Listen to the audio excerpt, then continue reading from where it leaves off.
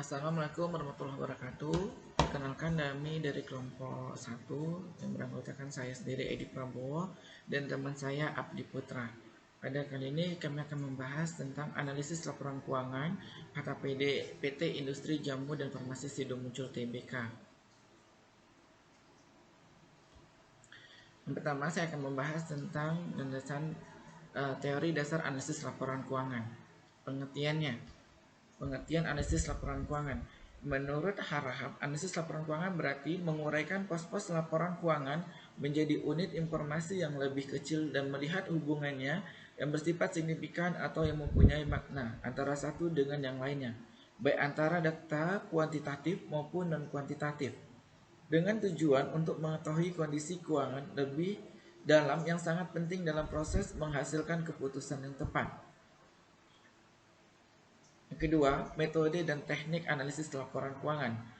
Metode analisis laporan keuangan ada dua, yaitu analisis vertikal atau statis, dan yang kedua analisis horizontal atau dinamis. Teknik analisis laporan keuangan ada 9, yaitu analisis perbandingan, yang kedua analisis tren, yang ketiga analisis presentasi per komponen, yang keempat analisis sumber dan penggunaan dana, yang kelima analisis sumber dan penggunaan kas, yang keenam analisis rasio, yang ketujuh analisis kredit, yang kedelapan analisis laba kotor, dan kesembilan analisis titik pulang pokok. Selanjutnya jenis-jenis laporan keuangan. Jenis-jenis laporan keuangan menurut PSAK terdapat 5 laporan keuangan, yaitu laporan posisi keuangan baik awal dan akhir periode, yang kedua laporan laba rugi komprehensif, yang ketiga laporan perubahan ekuitas, yang keempat laporan arus kas, dan yang kelima catatan atas laporan keuangan. Selanjutnya analisis rasio.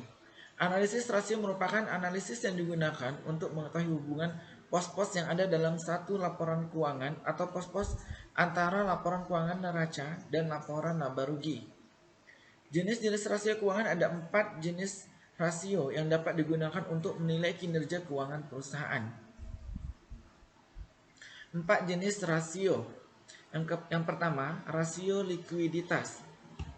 Rasio likuiditas adalah rasio menggambarkan kemampuan perusahaan dalam memenuhi kewajiban jangka pendeknya. Rasio likuiditas dapat diukur dengan 2 rasio, yaitu current ratio dan quick ratio. Yang kedua, rasio solvabilitas. Rasio solvabilitas adalah rasio yang digunakan untuk mengetahui kemampuan perusahaan dalam memenuhi kewajiban jangka panjangnya. Rasio